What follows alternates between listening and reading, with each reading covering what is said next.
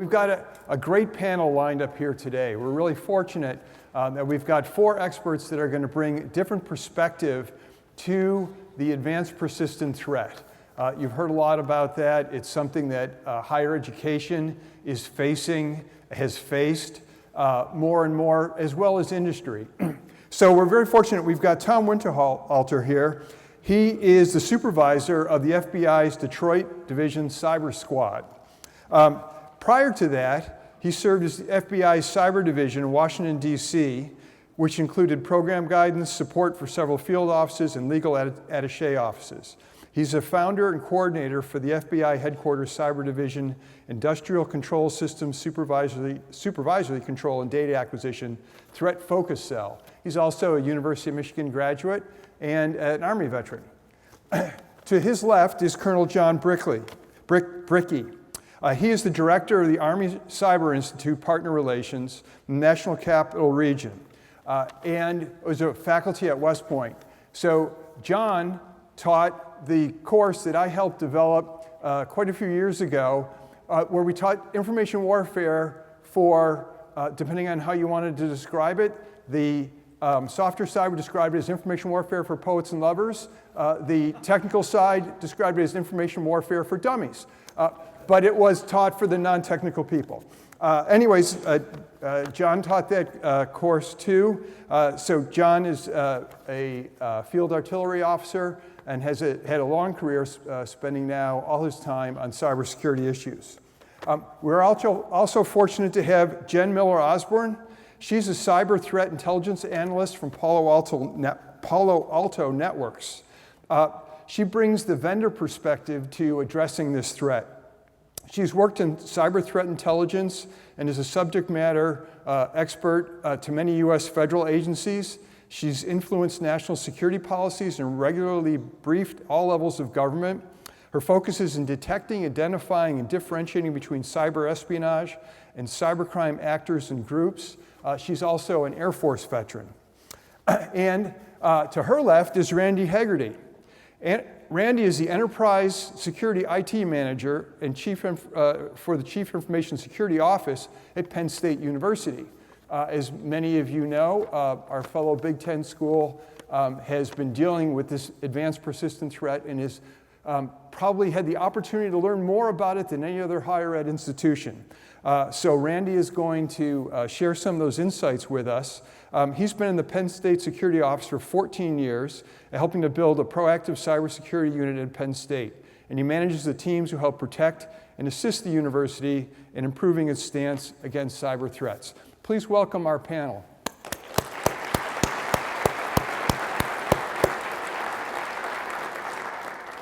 Each of our panelists is going to give an opening statement, and then after those opening statements, we'll open up the floor for questions from the audience and have a discussion, 1 or 2 panelists to address those questions. So we're going to start off first with Tom talking about FBI and cybersecurity. Thank you, Don. Thank you, everybody, for coming here. As Don mentioned, my name is Tom Winterhalter. I actually supervise the cyber squad here in Detroit, which covers the entire state of Michigan. For the FBI, the word cyber for us are computer intrusions. Criminal, counterintelligence, counterterrorism, computer intrusions. Our current director right now, Jim Comey, he's actually been a very strong supporter of the cyber program, and he's spoken on many different facilities, many different events, and he actually has a very good grasp of cyber and the threat that we're dealing with, and he has a strong understanding of the fact that, you know, the reason why it's growing so much in leaps and bounds is because we really have ingrained and weaved it into every facet of our life. Whether it's putting the information out there, our children putting information out there, what you do, what you're planning to do, where you're going, when you're leaving, when you're gone. All of that information is something adversaries are using as far as to target you, to target the organizations you work for, you work in, or the schools that you attend. When you look at the priorities of the FBI, our first priority is obviously preventing another terrorist attack. Our second priority we look at is foreign intelligence operations and espionage. Our third priority, though, is where it kind of gets a little bit complicated. And I don't mean that literally, but it's actually kind of figuratively complicated because when you look in the world of cyber, again, it's broken down into that same manner. Terrorism, counterintelligence, criminal. But it's also one of those that because we're seeing cyber and high technology being used within every criminal violation, every national security violation, my squad, personnel that I work with, and resources we leverage at headquarters are being pulled in and requested to assist with those other types of investigations.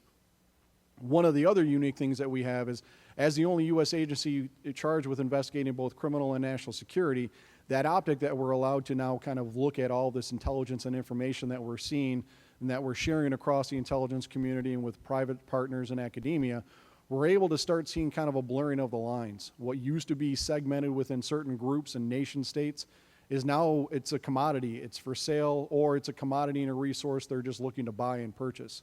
So you have nation states purchasing from criminal organizations or acquiring information from criminal organizations, and vice versa. You have criminal organizations purchasing information from nation states.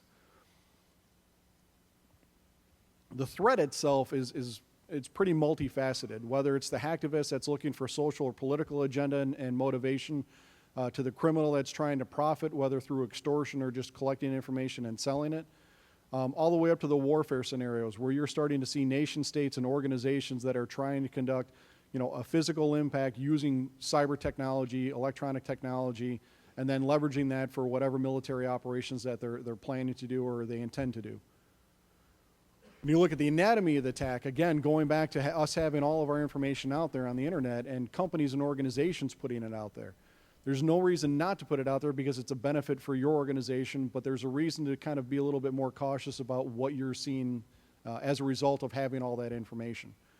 Ultimately, the APT that a lot of us hear about or that a lot of us have dealt with in some cases, it's because so much of that information's been put out there. Adversaries, whether it's criminal or nation state or some other warfare kind of in mind, they're able to take that information, craft it in a fine manner, and at least kind of a directed manner, and use that to target your company, your organization, or you directly. The information is then exfiltrated. It's then kind of regurgitated, recirculated back in to where they maintain that presence on your network, and you can't, it's almost impossible to find some of them depending upon the security posture of your network. One of the concerning facts that we've seen is when you look at the median number of days an attacker is present on a network, 243 days. That's a long time for somebody to be playing around on a network to learn anything they ever want to about your network, your security posture, your security plans, exactly how your network is segmented, what your, the employees are like, collect some of the other additional information on it. But then they also have that presence on your network that they can start blending into the background and more or less hide in plain sight.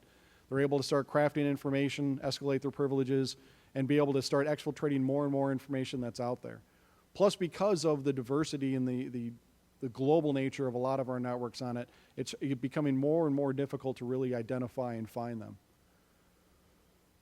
One of the other things that I tend to talk about whenever I do presentations is the risk equation. And this is something that really goes for every part of our life, whether it's figuring out what dorm you're going to live in, what house you're going to buy, what community you're going to live in, what schools you're going to send your kids to. All of these things, we at least kind of put a value to. And it's a lot of that we have to start doing the same thing with the information that you put out there, the information that you're exposing out there to the internet, to the public, to the community, to some adversary unknowingly by you. You have to start realizing that when you start putting all that information on social media about being at the game, heading down to, go to a friend's house, going out of town on vacation, going on spring break, going somewhere with your family. All of that information is then now used by an adversary to find ways to target you. Additionally, they're using that information to find out maybe, or to spoof or kind of falsify some of the emails and the phishing campaigns that we're starting to see because of the information that you've either put out there or your organization has put out there. Probably the biggest thing to look at as far as within the academic world is we've really seen, as companies and civilians and regular citizens tend to secure some of their information, we're starting to see a lot more of the targeting within the academic world. And it's not necessarily that it's just now occurring, it's just that we're now starting to see the reporting, we're starting to see the intelligence that's indicating it's ongoing, it's been there. But it's also one of those that we're getting the academic environment to start kind of bringing in law enforcement in the community because we're seeing academia victimized. We're seeing a significant increase as far as in the student-faculty account takeovers, or at least trying to take them over. Several universities all across the state we've worked with because we've seen these large campaigns targeting them. And it's kind of humorous because you see some of these students using very simple passwords. There was actually a recent brute force attempt on one university, and I won't name which one, but it was people having their passwords still set as 1, 2, 3, 4, 5, 6, and still compromising many, many accounts, tens of thousands of accounts at this university.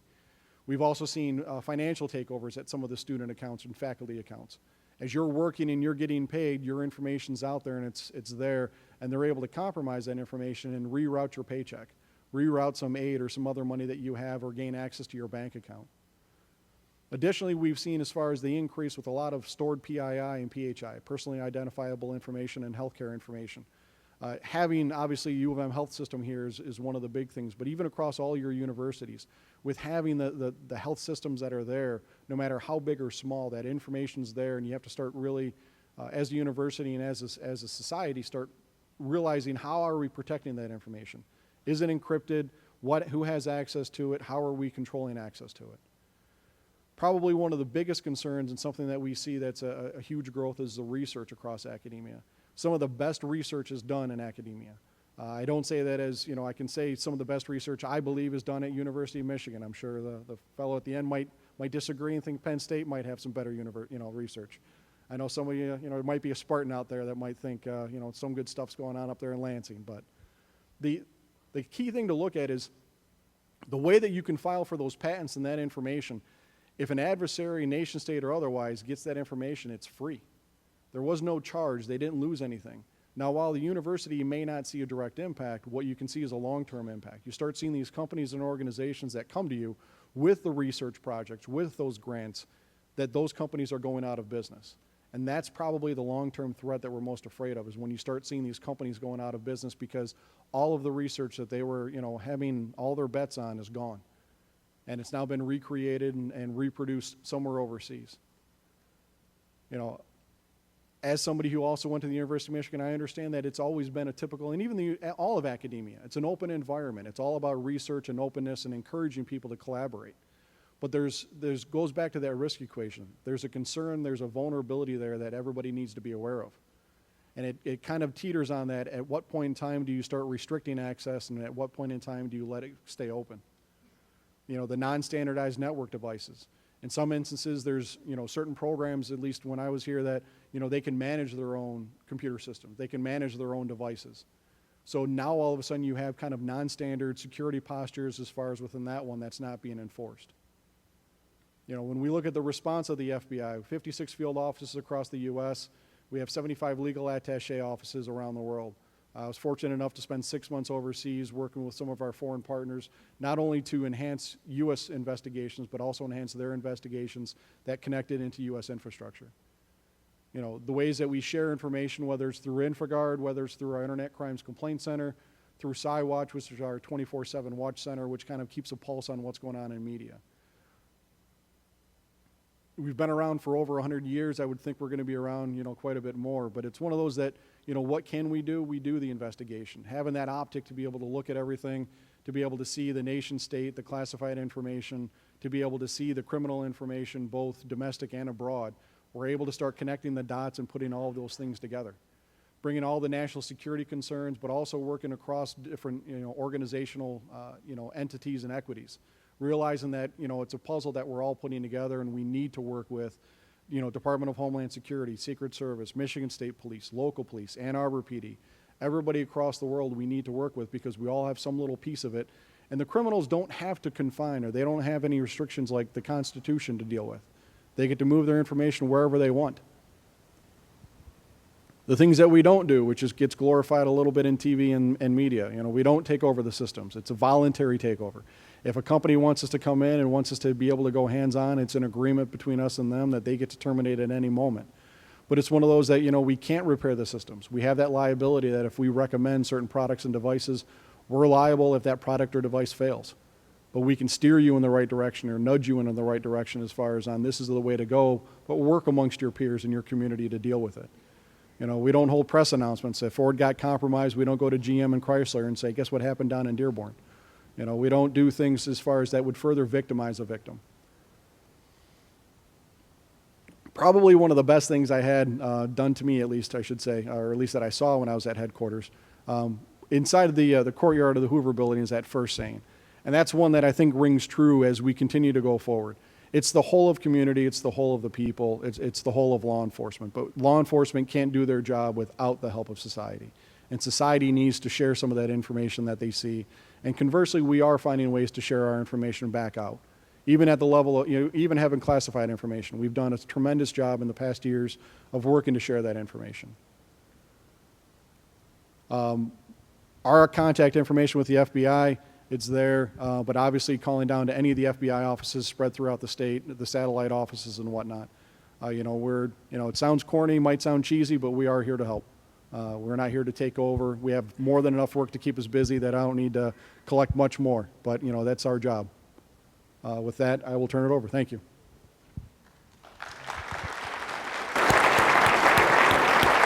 Do you have slides, John? Sorry. No, I don't have slides. Okay. No, probably should, but I don't. Military, we use slides too much. So, okay, first, thanks for inviting me. It's a real pleasure to be here. I was actually raised just down the street. I'll talk about that in a second. Quick disclaimer: although I'm in uniform, these are my views. They don't represent those of the Department of Defense, the Army Cyber Institute, West Point, any other government organization. I will say I collaborated in the sense that a lot of the information I'm providing today is from talking to those organizations and from knowing a little bit about their operations, their missions and such. So my purpose here really is to inform you about how DoD is responding to threats and how we're prepared to deter and defeat those threats. So I'll talk a little bit about that. The Army Cyber Institute, just real quickly, is a national resource. We're at the United States Military Academy at West Point. But we're a strategic resource for insight, advice, subject matter expertise, et cetera, on cyber matters. We're a fairly new organization. So as I mentioned, I'm from Toledo. My dad went to that university down south, graduated ROTC, went off to Vietnam. So he would roll in his grave today if I didn't do this. So I was raised a Buckeye nut. So I got to start off here. Okay. So hold on. There is some upside. This will be short, and there is upside for Michigan fans. So yesterday, Back to the Future Day, right? So there was one scene that you all missed. I think the outtake, it's not on the CD or anything, but imagine the scene, the Ohio State University, defending national champions, undefeated, ranked #1 with a winning streak to be proud of, and a new Michigan coach. Was that 2015? That was actually 1969. And that was one of the biggest upsets ever. Michigan defeated Ohio State. So Michigan fans, all is not lost, and I can feel your pain because I went to West Point, and we've lost 12 or 13 in a row to Navy, so there is an upside. And I was actually rooting for you last week. I couldn't believe what happened. I know you couldn't either, but all is not lost. So that's all aside. Dad, that was for you. Okay, so since my colleagues are going to talk more about specific threats, since the military, really, we're seeing a lot of the same threats, so I'm not going to get into too much detail on that.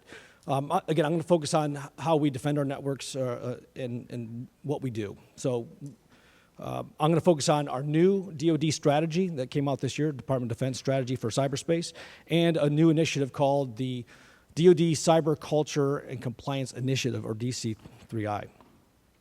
So a couple comments on the threat. So we're under constant attack. We're in constant contact with an agile learning adversary in cyberspace who's shown a willingness to attack soft targets. So think of the Sands Casino, Sony, other soft targets like those. They're aggressive, adaptive, near-term competitors in this domain. And who are they? I think we've talked about them earlier today, and we'll talk about them here. Russia, China, Iran, North Korea, and then non-state organizations like ISIL and others. So what makes it challenging is that they don't follow our rules. They don't share the same norms with us. So that's a big strategy for the United States, is trying to promulgate norms and work with other countries that share those norms. And I was in a panel last month where a State Department representative said the norms it's not that we're trying to change China's norms directly, we're trying to change the rest of the world's norms so that there's more influence on countries like China.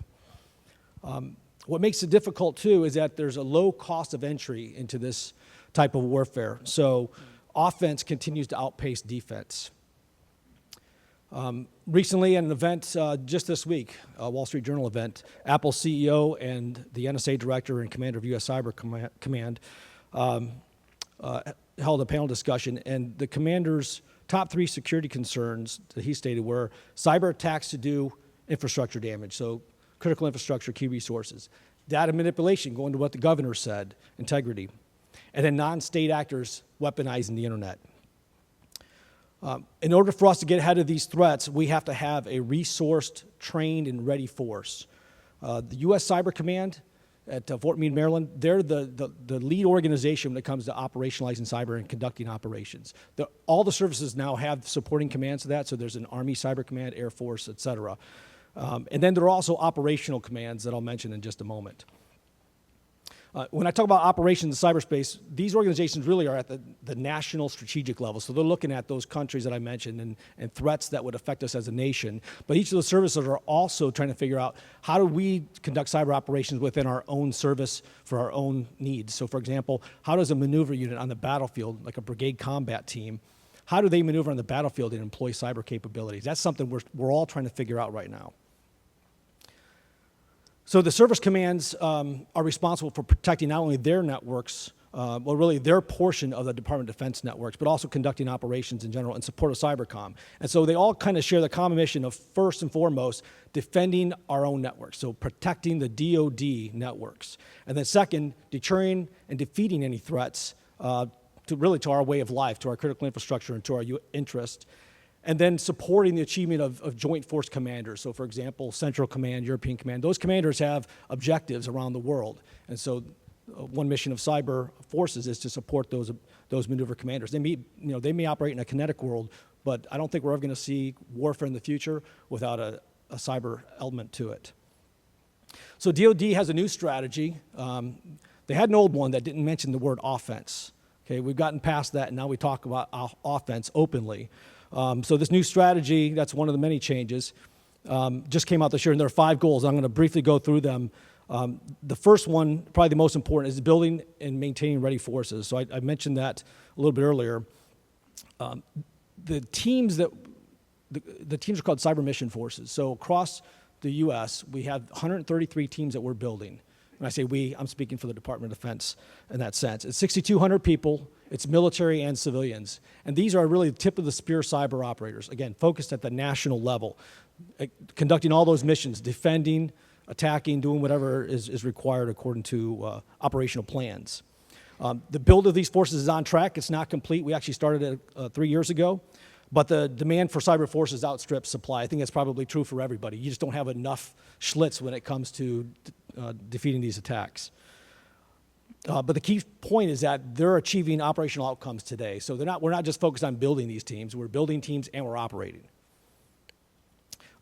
All these commands, U.S. Cyber Command, Army Cyber, and the other service commands, conduct operations and exercises on a routine basis.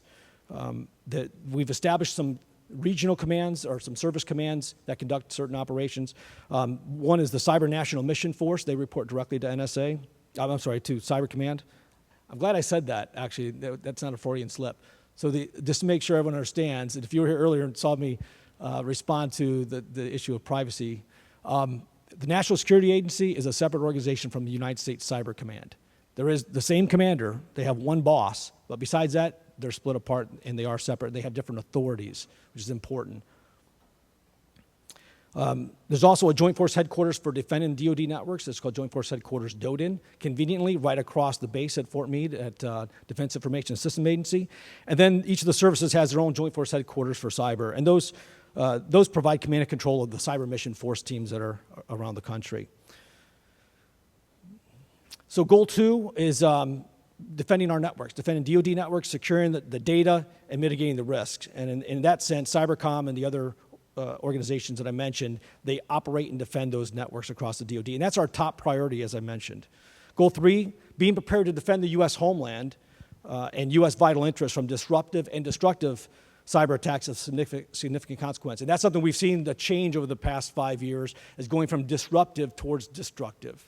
And in that sense, we're not taking the lead in that. Just as Tom was saying, we're not showing up and saying to the FBI, this is ours. It's not like in the movies where Cybercom walks in and says, step back, we've got this. This is working with our partners, DOJ, FBI, DHS. It's similar to if you're familiar with U.S. Northern Command, When requested and when directed, then we'll support operations. There's a lot of interagency cooperation. I know some of us have seen this in the past, but all within the laws of the land. That's important to know. Goal four is building and maintaining viable cyber options. And what that really means is that we're not just happy with defending our networks and conducting operations. We need to make sure that we're pushing the envelope, again, within our authorities and providing options to the president and to our operational commanders so that they can integrate cyber plans and cyber effects into their operations. So that applies to, for example, conflict in Afghanistan and really all around the world. And that requires a lot of collaboration with the intelligence community. First of all, to improve indications and warning, and to ensure that we have good attribution, as we've talked about a few times today. Goal 5, and the last one, is building and maintaining robust international alliances and partnerships. Now, that's not just international. I will say there's also partnerships in general throughout that. So there's a new program in the Department of Defense called the Defense Innovation Unit Experimental, DIUX. You know, we love our acronyms. So DIUX, the vision there is really to collaborate with industry and academia. So unfortunately, the first instance of this is Silicon Valley, which kind of makes sense. Also probably one of the toughest crowds for the Department of Defense to work with, really because of the trust issue. DHS is also doing this. I know that FBI has done a great job with the field offices, and I would say they're already pretty integrated around the country. But that's a new initiative that came out of this strategy. But we also work with our NATO partners, our Five Eye, the English-speaking countries, and then the strategy puts an emphasis on Asia, the Middle East, and Europe. So the strategy addresses the technical upgrades and the cyber organizational changes that are needed, but it doesn't address an important thing that I think we've talked about a few times today, and that's individual responsibilities to protect our networks. So just the end of last month, I believe it was the last day before General Dempsey retired as the chairman of the Joint Chiefs of Staff, he signed into this new DoD Cyber Culture and Compliance Initiative. And really what that looks at is that's trying to improve individual human performance and accountability in support of the overall DoD strategy. So despite a number of improvements we've made, not only in organizations but with technology, we get owned, just like a lot of other people do, a lot of other organizations. It happens. But roughly 80% of those incidents can be traced to 3 factors, and they all revolve around people. Poor user practices, poor network and data management practices, and poor implementation of network architecture. So this initiative affects everyone in the DoD enterprise, not just those in uniform. So it's all the way from anybody who touches the DoD enterprise architecture, whether your job is supply or it's a cyber operator, it doesn't matter. This is going to affect everybody. So just imagine, if you will, for a moment, chancellor of the university, the governor, or someone saying, we've really got to focus on you because you're the problem. And we're going to give you a lot of fun training. I like, when he talked about his training, I'd like to see that training because we've not got there yet in Department of Defense. But this initiative is actually going towards that. How can we improve the training, make it realistic, and not make it just another checkbox? So more training, more education, more inspections, which nobody likes, but in the military we're kind of used to that, and additional reporting. So a lot more discipline will go into this, and it's really borrowing from other areas of the military that require high levels of personnel reliability. For example, the Naval Nuclear Program and the military, all the services have aircraft safety programs. So there's a lot of discipline that goes into those programs. And we do this in regular military life anyway. There's discipline built into everything. If you accidentally fire your weapon, you're going to get in trouble. Well, in the cyber domain, we haven't figured out, what's really severe. You look at the equation, what's the consequence? Is that what we're basing punishment on? But there will be more consequences in the future, and that's all part of this initiative. There are other initiatives that have already been ongoing in the services. For example, the U.S. Navy has this thing called Task Force Cyber Awakening, and the Air Force has Task Force Cyber Secure. Now, we don't have a name in the Army, unfortunately. Maybe that's how I'll make general. I'll come up with a name, and everyone will know it. But we are making progress in a number of areas. So first of all, establishing an Army command and getting control of our networks, and that's Army Cyber Command and Second Army. We also have the Joint Force Headquarters, and we're building these cyber mission teams and actually conducting operations. We also established a Cyber Center of Excellence down at Fort Gordon, Georgia. They're responsible for everything but operations when it comes to cyber in the military, so cyber in the Army. So the doctrine, the organization, the training, all the things you need to support those operations. And then a new cyber school and a new cyber branch. The Army is the only branch of the service right now that actually has a branch, specified career progression track for cyber officers. We established the Army Cyber Institute at West Point, where I work. And we're standing up the Army component to this new Defense Innovation Unit experimental in Silicon Valley. And the last thing is that we're developing an Army cyberspace strategy. We already have a DoD strategy, and again, the other services have theirs, so we have to have an Army strategy. And it will be the best once we write it. We actually have a draft out there. I was involved in the draft, and it's pretty good, I promise. So in conclusion, if we could all travel into the future with Marty McFly, we would see a military defending the nation, just as it does in the other domains, to ensure an open, secure, interoperable, and reliable internet that enables prosperity, public safety, and the free flow of commerce and ideas. In other words, defending core American values. We would also see an Ohio State University coach going for a 2-point conversion when the Buckeyes are up by 3 or 4 touchdowns. That's the warrior mentality, and I expect nothing less. And that's all I have. Thank you.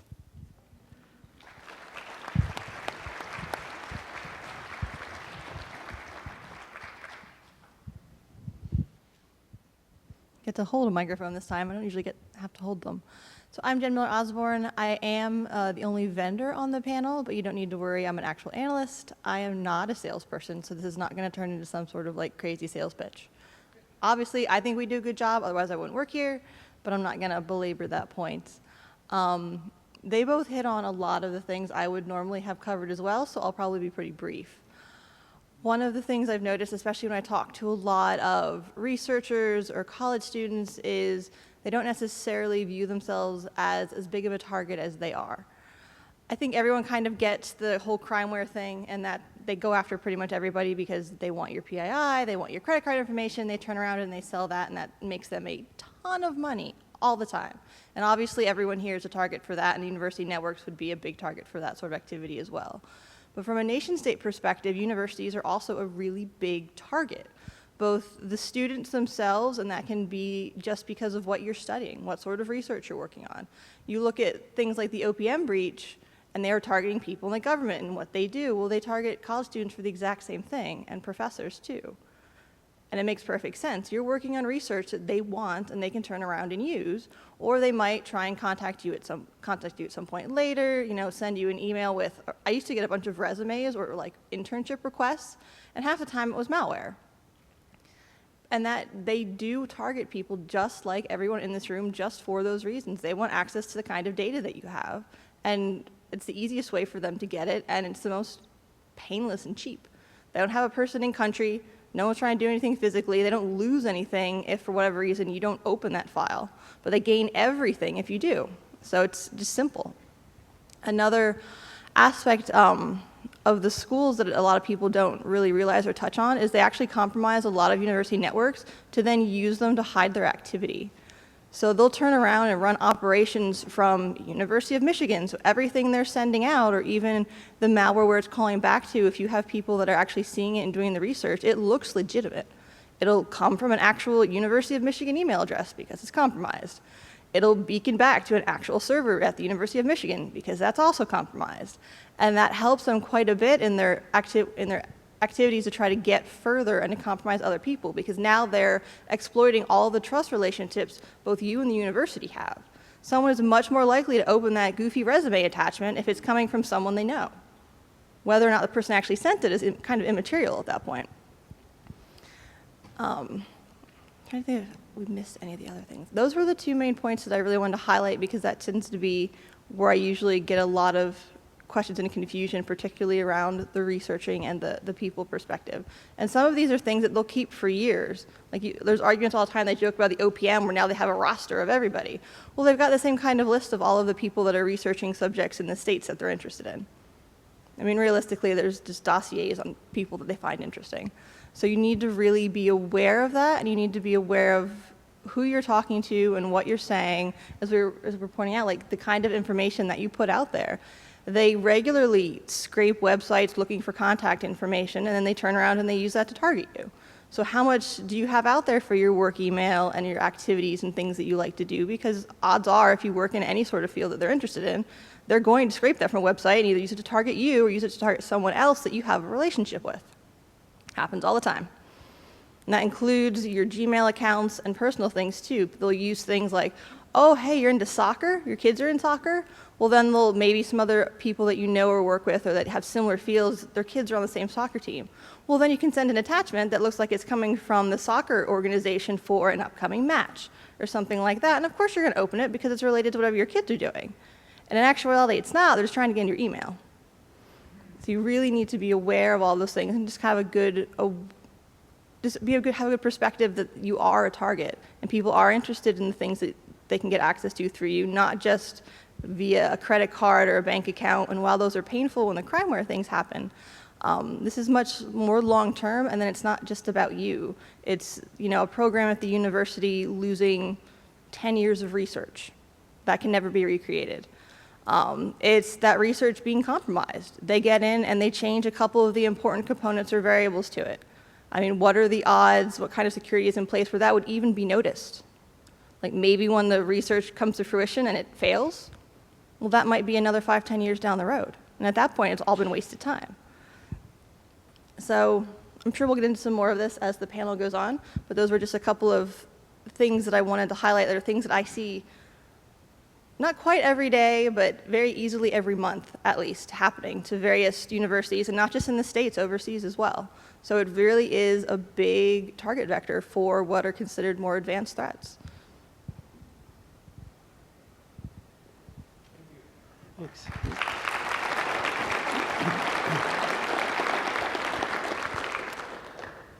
So I'm Randy Hegarty from Penn State. I have an obligatory message that my views are mine and not those of Penn State, similar to John here.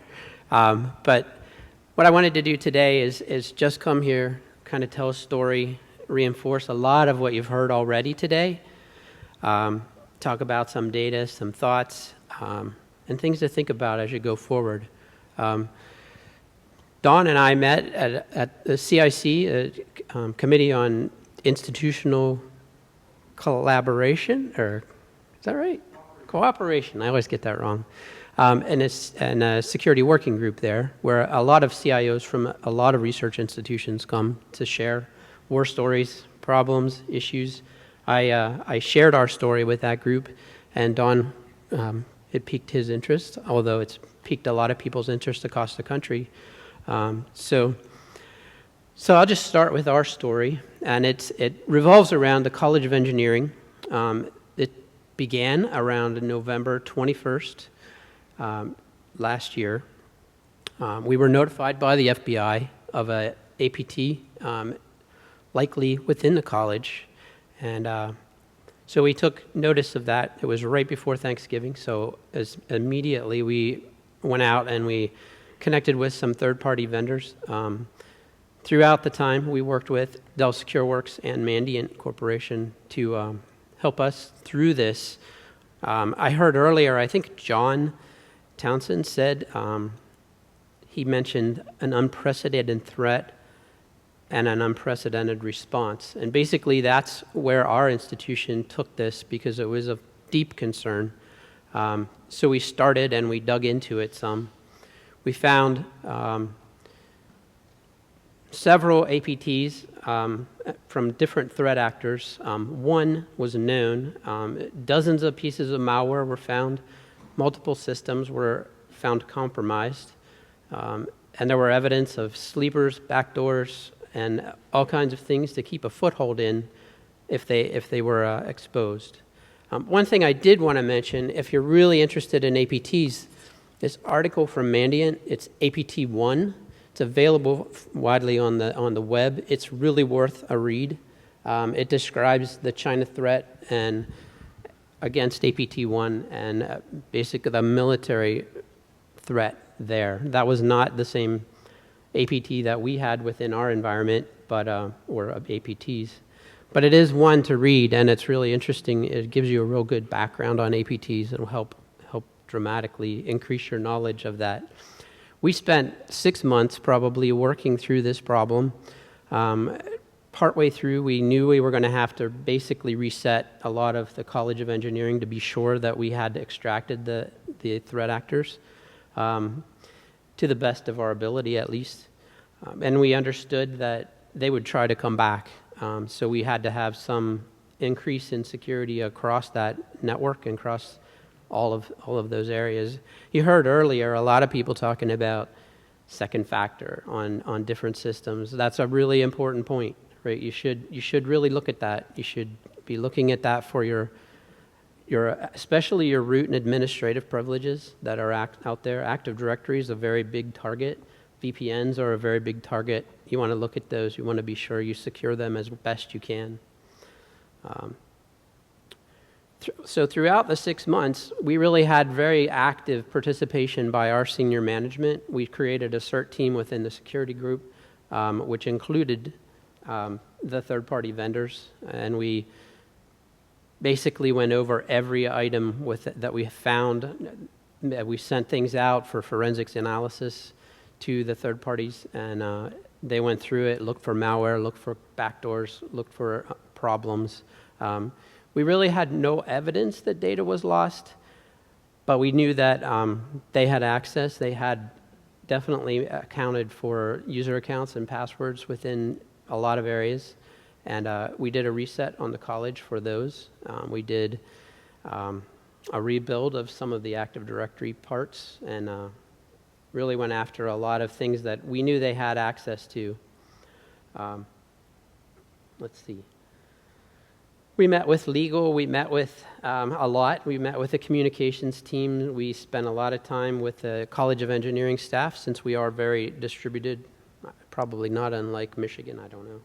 But we implemented second factor, multi-factor authentication for the VPN in engineering, for privileged access accounts, and for some users that had those privileges.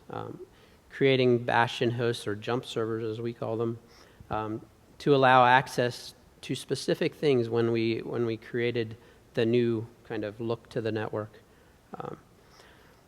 I think during the time we really felt that the attack was against intellectual property. That's where we focused a lot of our attentions, and whether or not that was true or not, it appeared that way, and I believe that we were in the right space there. So basically, throughout that time and into the May timeframe when we made our announcement, we worked towards refreshing that environment just to create a better and safer stance for that network. About May 15th, I believe it was May 15th, it was a Friday, noontime, we basically took down the entire College of Engineering, cleaned up what we knew were problem areas, and worked throughout the weekend, reopened the college on Monday with a fresh environment and new security stance. So are we concerned? Yes. I mean, I think we're still concerned. We still monitor very dramatically. During the open time, during those 6 months, we were also concerned with lateral spread. That was mentioned today several times. Those issues are real, right? We know that, APTs are I guess one of the main things that, you should think about is, I know that people have been like, is this real, or is this just perceived, right? It's real, right? We've seen it in multiple colleges. The University of Virginia, I think, most recently had an APT attack against them. They went through a similar process with Mandiant, actually. And Grady Summers was at our security event last week. We just had him in. He basically was talking about that scale, that upward tick of APTs within the higher ed environments, right?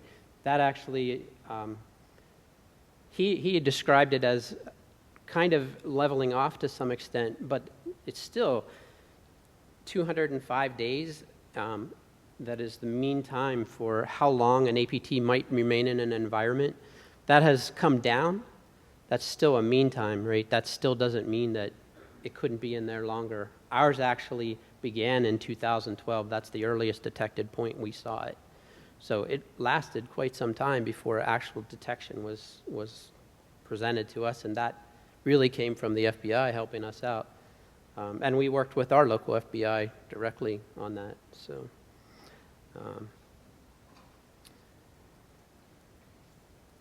let's see. So we know that. So we know it's in all industries: aerospace, financial, education. Now is really a prime target. If you look at the stats, they show that. They show that education is rising. You know, and we're pretty good.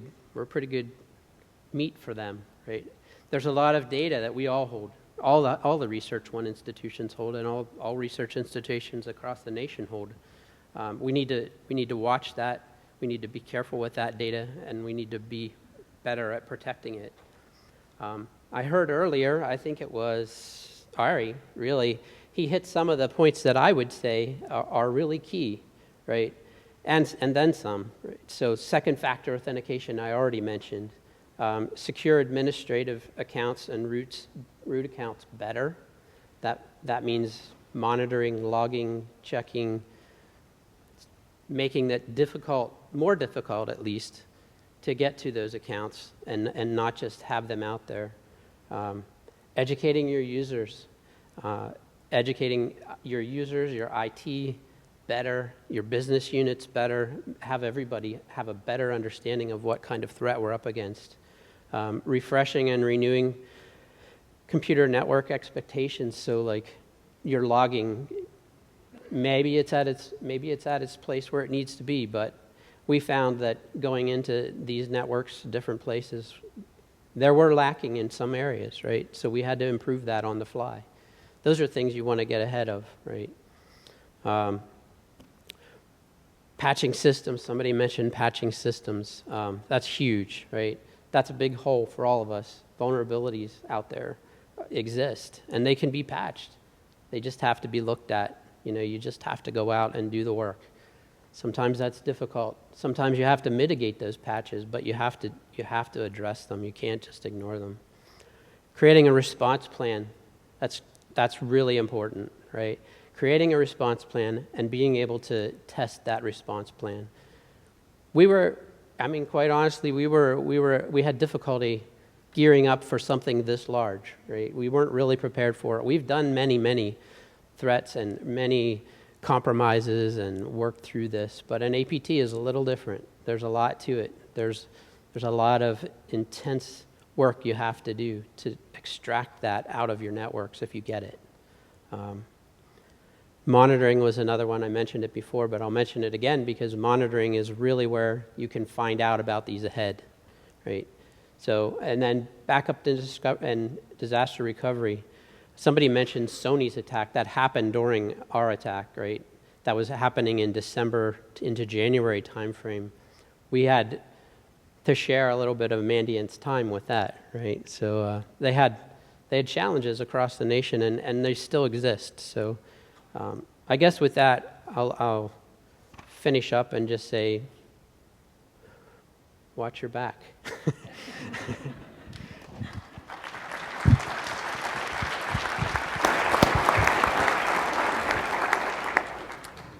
Thank you all to all of our panelists. Yeah, the most recent, I think it was Verizon report showed the education sector is the third most victimized sector in the country for cyber attacks. So it is real, it is happening. So we're at the point now where we'll take audience questions, so please line up. You have won the race. The first microphone, go right ahead. Good afternoon. I'm a pen tester right now with a major company, Spider Labs, if any of you know it. And someone talked about APTs, and it's definitely not a new thing. It's just a new name for hackers, but we've been around forever and doing the same thing that APTs are doing now. It's definitely real. It's just more of a fancy term, but definitely real. And it's something I do every day. And a lot of the things you talked about, like two-factor auth, is good. It's just I didn't hear anyone talk about red team, and I think that I don't know if this is going on, but definitely red team exercises are important.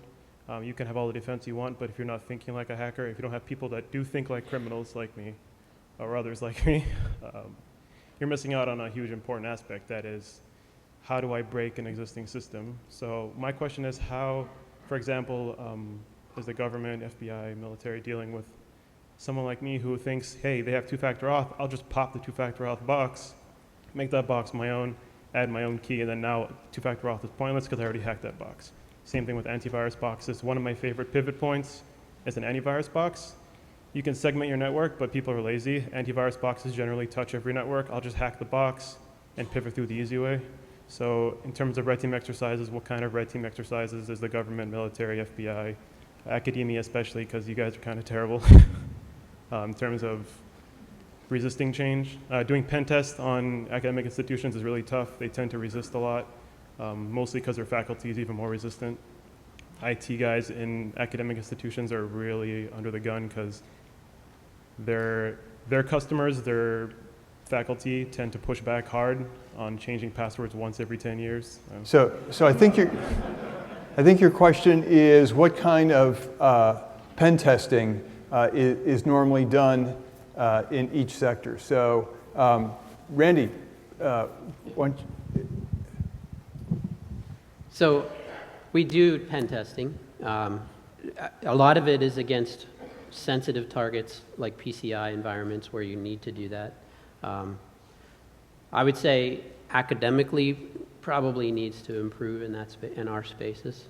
I don't think there's anybody who would disagree with that. I think pen testing is definitely an area where you can improve. And Jen, do you, as an analyst, the benefits of pen testing, or how does that kind of fit into the scheme?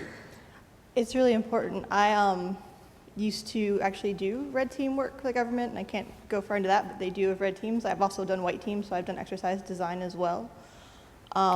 For us, we actually pen test and red team all of our own products. It's not meant to be like a shout out or anything, but we do. We actually do that ourselves, and there's an outside firm that we'll contract with to go over them as well.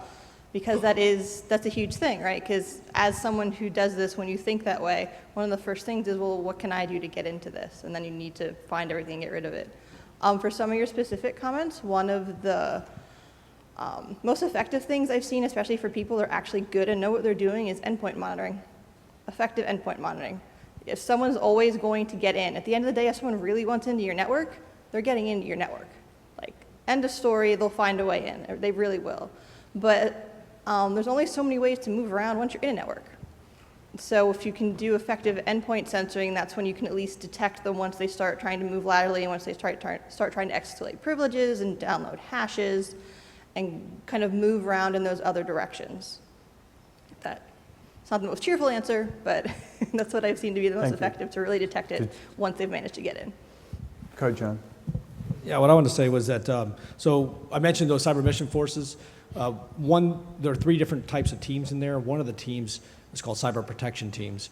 And so they're taking pen testing to a new level within the military. We've already had a lot of help from organizations like DISA and NSA, but definitely taking a hard look at that. Those initiatives I mentioned, Task Force Cyber Awakening, Task Force Cyber Secure, the kind of the linchpin of those is vulnerabilities within our platforms. So how do we identify those?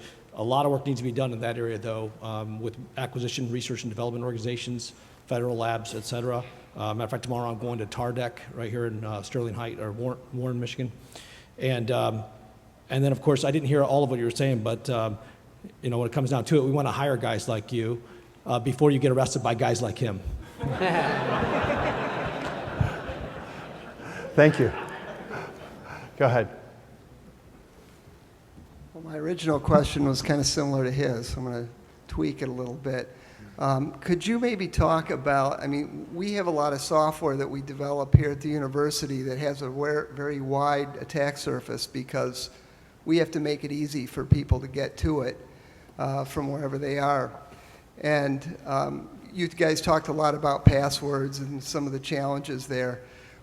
What can we do to encourage some of the emerging standards like Squirrel. I don't know if you're familiar with SQRL, but some of the non-password security mechanisms that are emerging that might help us defeat some of these issues. Take that. Go ahead, Jen. Well, fingerprints are out for a lot of us since, according to the news, the nation states have them apparently. That's been a really interesting field. I've tried to follow a bit. One of them is fingerprints, which has been interesting, and I think we've all seen that has some issues, and there have been some ways to compromise it. There's been some work with iris scanning, which has also been interesting. That I think has some cool potential if they can actually get it to a point where you can have just like something on a laptop or like a phone. Ultimately, I think it's going to end up coming down to the fact that even with those different authentication methods, they're still based on software, just like when you're putting a password in. And there's going to end up being ways where people that are hackers are just going to find vulnerabilities in the software to manipulate that as well, to trick it into thinking whatever it's seeing, if you even are giving anything at all, is actually going to be accurate. And I'll actually respond to the one question.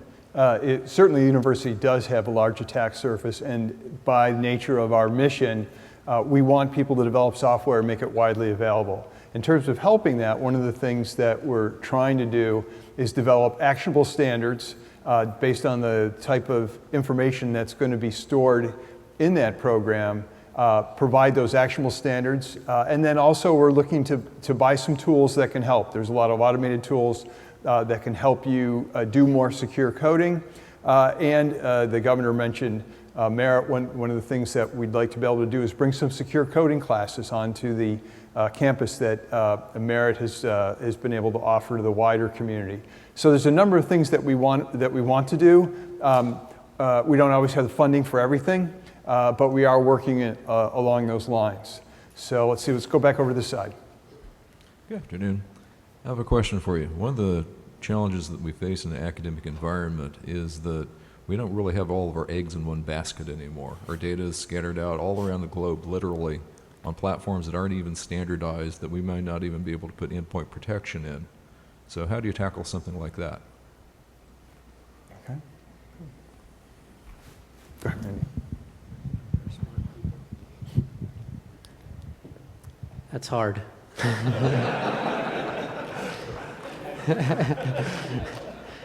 I mean, we face the same problems, right? We face the Amazon Web Services, we face Box, we face multiple different kinds of things. I think what you need to do is consider what kind of, it's really a risk business analysis, and some of it's based on sensitivity of that data, categorization of that data. Helen Patton at Ohio State, she's the CISO there, basically developed a very good risk program for them. And it surrounds some of that understanding of where to put data, when it should be placed, when it should be held back, and how it should be secured. I think you just have to take it bit by bit and find those areas where you might keep that data more securely and when you should keep it more securely. So I don't know if anybody's going to have an answer to that, but it's really about protection of sensitive data and then really considering how that should be done. Maybe through, we do some of it through contracts, right? If we contract with different places, we consider what kind of data should be stored there. And if we can get a BAA for them or we can do something else, we do that. But I don't know. Anybody else? Go I ahead. just want to add, so the former commander of U.S. Cyber Command was General Alexander, and he mentioned a similar problem that the Department of Defense has about 15,000 networks, and give or take, 3 or 4 million users of the networks. Granted, they have a lot of resources, as was mentioned earlier, put a lot of emphasis into that.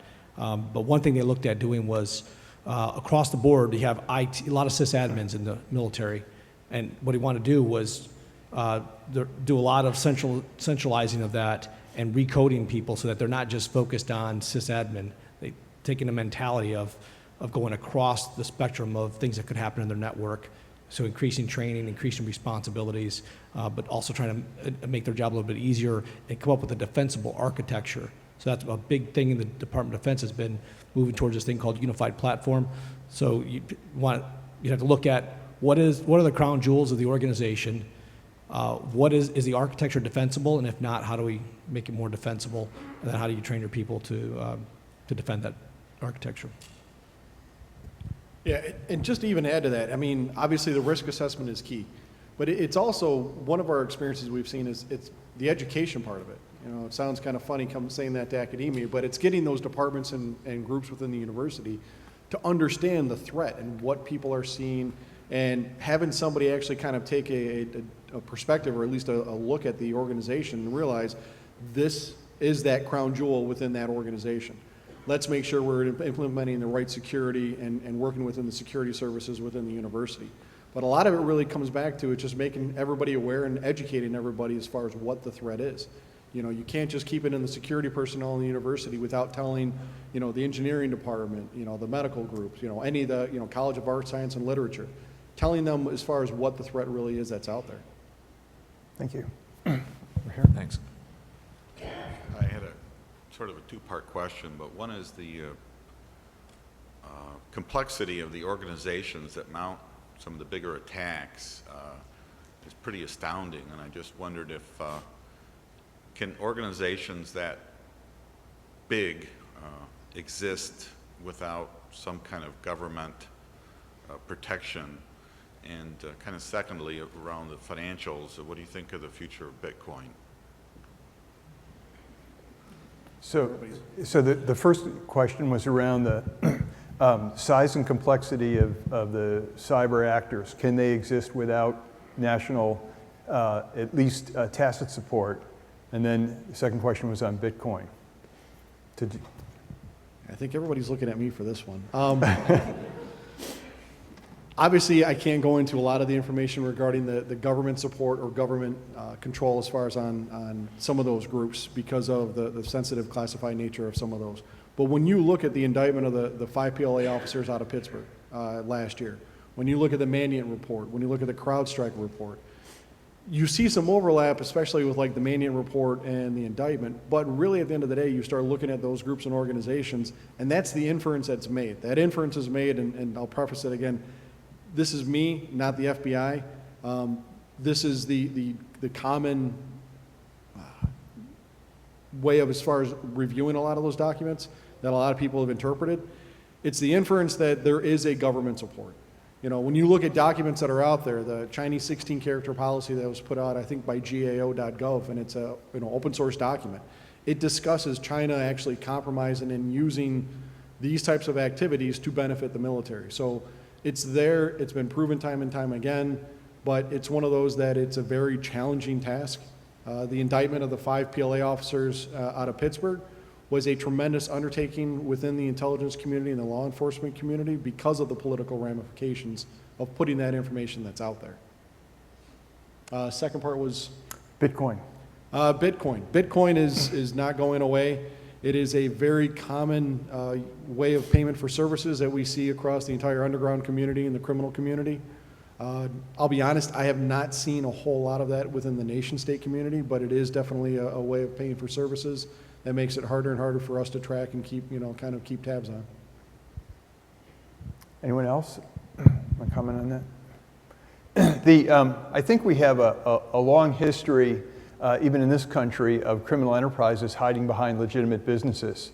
And I think we see some of that overseas, and that some of these cyber criminal gangs might look an awful lot like a high-tech Silicon Valley kind of headquarters, except they're in a different country, and their ethics are hopefully a bit, they're a little bit different.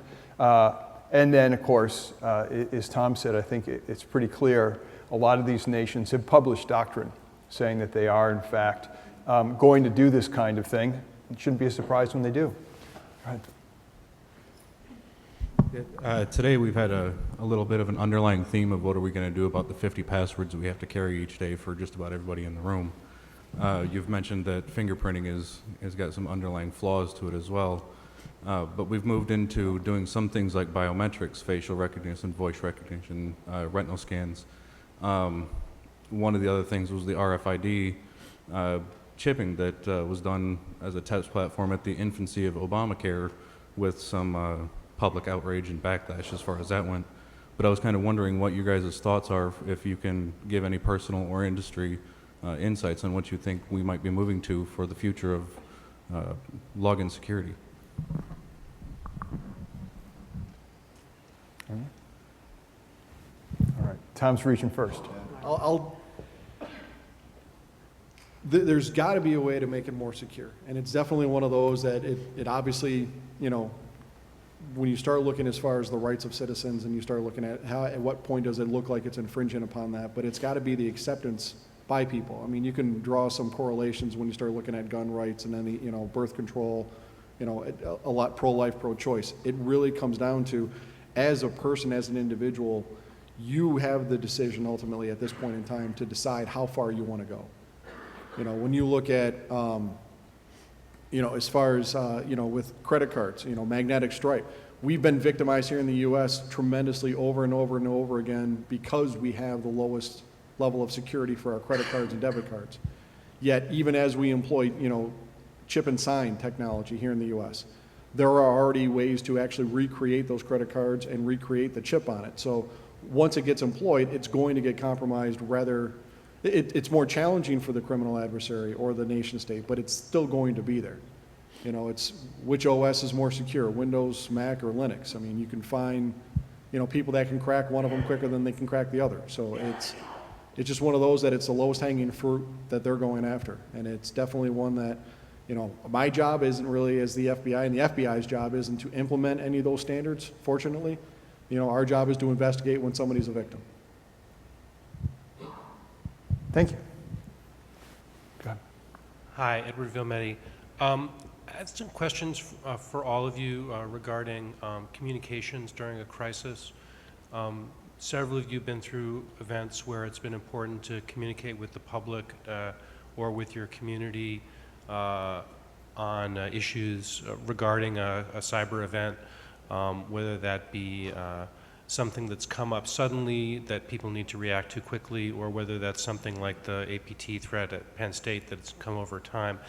And, you know, I'd love to hear any insight as to how to communicate some of these fairly complicated questions and maybe difficult to explain things that people would need to do in a crisis situation.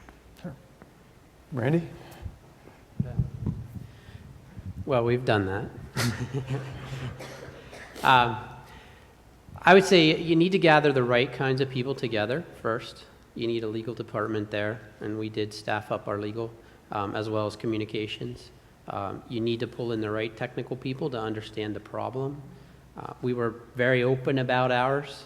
It's pretty much public.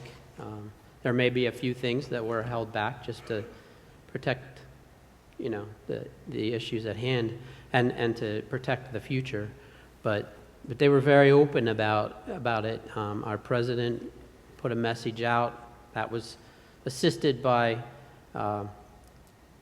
Mandy and the lawyers and the communications team to help him put that message out.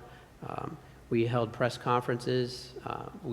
A lot of that was built up over time, so the last several months, or the last couple months anyway, they created what the message would be and how it should be portrayed, and it was held back until the event occurred, mostly because of what happened to Sony, and there was some concern that, you know, a complete wipe could happen, right? So there was no real intention to hide anything. It was really very open, but they wanted to be protective as well. So I would say you need to gather the right kinds of people together that can answer what the public would expect to hear from an event like an APT or against, you know, like for us, College of Engineering. So. Thank you. Thank you. I have a question for the analyst and anybody else that could offer some input. What are some security measures that individual university researchers can take, being they are pretty much dependent on the systems that are put in place at their university? That's That's a good question. I would say trying to be aware of the various security policies and procedures and things that are actually in place. You understand kind of what they cover and maybe a little more what they don't. A big component of just personal security is awareness of your own footprint online, and that includes LinkedIn and Facebook, and even like what just the university website and the kind of data that's out there. And a good, since it's used forever and ever and ever, but spear phishing really is the main way a lot of the groups, even the advanced ones, go after people, just having a good awareness of what a spearfish looks like. And that can be sometimes really obvious, and sometimes they're actually really, really well done. So that involves a higher level of understanding, and there's classes for it. We've talked a lot about user education, and some of it I realize people are frustrated when it's like, well, check the header information on the email. And I realize not everyone really wants to do that, but that's a really great way to look and see, is this legitimate or not? And it looks complicated, it's really not that hard to figure out. I could actually sit down later and explain to some people if you're interested or point you to some resources online. But that's the number one vector you're largely going to see, and unless they're actually sending it from a legitimate account and things like that, then it becomes harder. And at that point, if you don't want to open executables, you can always just run them somewhere and see if they're malware. Like, go to VirusTotal and submit them. If you have an actual security team, that should be where you send it, forward it to them and say, hey, can you check this for me? Things like that. It's a bit of a hassle because it does take some extra time and some extra work. But at the end of the day, the more you get used to doing it, and the more you're used to looking for some of these things, it becomes just kind of essentially muscle memory. It becomes pretty quick. And that's really the simplest way for an individual to really protect themselves. Thank you. Thank you. My question was just for you to comment on the Onion Router project, which anonymizes traffic. I'm sorry, go ahead. Which anonymizes traffic, so it lets people hide. And so it's not that it's going to prevent the kind of attacks coming. I mean, they'll find different other ways of getting through, but it just seems like it makes it easier for people and nation states to use this and propagate these kinds of attacks. I guess it's a double-edged sword, isn't it, if you will? So do you have any comments on that? Too bad Alex isn't still here to answer that, but anyone want to address that? I can speak to it a little bit. We actually usually see Tor more with a lot of criminal activity. We don't tend to see it too much with what would be considered APT. We've seen a bit of it. Honestly, by and large, a lot of people that use Tor, especially if they're using it from work, probably shouldn't be looking at whatever they're looking at. So one of the best policies is block Tor at work. Like, realistically, no one, unless for someone actually has a legitimate use case that they can state to their IT department that they absolutely have to have Tor on their work system, just block it. Or you're a university. Yeah. Like, there aren't a whole lot of things you access via Tor that you necessarily need for work. And if you have those use cases, but then you can limit it to a much smaller footprint versus anybody and everybody, then it's, these 5 teachers that are using it, or this research group, and why they're using it. And you could also then log that activity and pay a lot more attention to the traffic and catch things that are malicious that way as well. We've got about less than 3 minutes left, so we'll have 2 more quick questions. So go ahead, please. Thank you. I was impressed by the colonels and the FBI's presentations about what they're doing, but then I see what's happening to the IRS and the personnel file breach. Could you comment on, whether other departments and agencies are doing the same things that you folks are doing? Thank you. Go ahead. So I can just refer back to the discussion earlier. I'm trying to think, I think Ari talked about it. The emphasis really has been on funds for FBI, DHS, DOD for the most part. DHS has a responsibility for the federal government, the civilian unclassified networks across the federal government. So, that's an organization that's not that old. They combine 22 different organizations underneath it. And oh, by the way, their focus has been on deterring, preventing terrorism attacks, right? So it's a huge challenge. Our federal government is a large bureaucracy. I lost my train of thought on that, but I got lost in the bureaucracy. So I'll pass off to Tom on the rest. No, and it's one of those that, I mean, it starts at the local level and it continues on at our headquarters level. At the local level, we have our cyber task forces, where I've got personnel from Michigan State University Police, Michigan State Police to work with their Michigan Cyber Command Center. You know, we're also integrating with any of the local agencies that are here. Defense Security Services regarding all of the clear defense contractors. Secret Service has their electronic crimes task force that we work with them and share information with them. Postal Inspection Service. All of those law enforcement agencies and federal government agencies that have investigative resources, we are continually working more and more with them to share information that we're seeing both locally and nationally. You go to the national level and you have the National Cyber Investigative Joint Task Force, which has now, I think it's 23 different partners, agencies, all in one facility, plus international, including international partners because of the international spread that we're starting to see. So it's one of those that we're finding more and more ways to really push and share information to make sure that everybody's secure and everybody's aware of what the targeting aspect are of the adversaries. Thank you. Last question. I work in the continuous monitoring and incident response world, and the biggest problem I've found so far is when we've found bona fide threats within our customer networks, convincing our clients of the importance of action. Not just handling it like an event, an adverse event, but an actual incident and elevating it.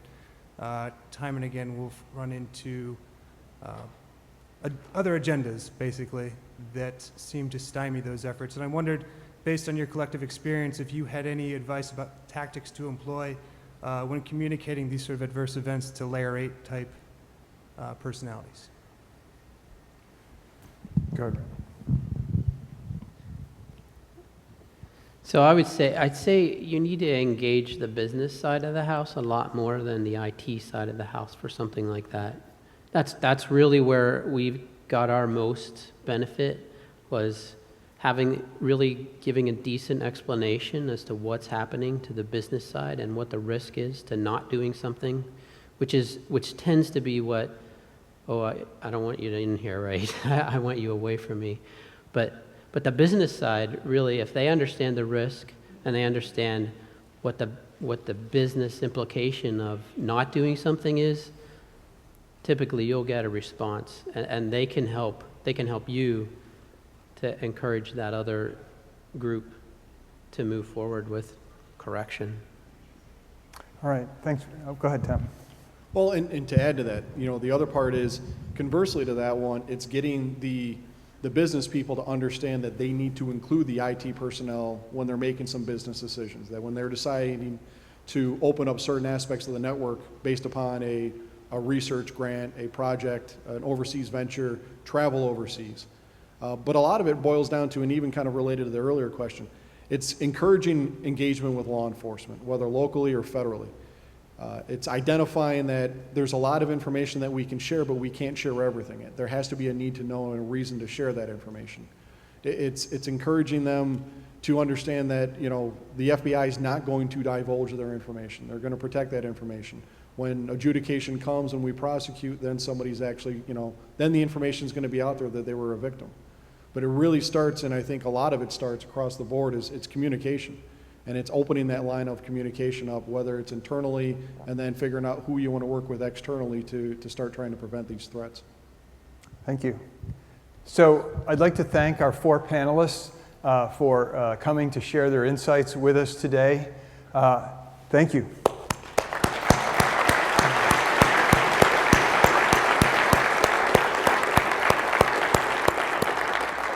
I also want to thank all the people who have worked on this summit. As you can see, it's a big production, especially with the governors participating. There were a lot of logistics and a lot that had to be done to make sure that things went smoothly.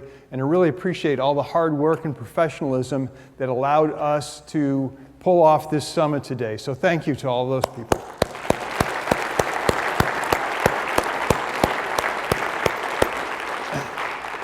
And finally, thank you. As the governor said, thank you for showing up. Thank you for being interested in security. It's a big challenge, but the key for us is the University of Michigan has great things to accomplish, and the world needs us to accomplish those things, but we need to do it safely. and it takes the work and consideration of all people like you to do that. So I just want to finish on that note, and please take advantage of the reception out in the foyer. But thank you so much, and I appreciate your attendance.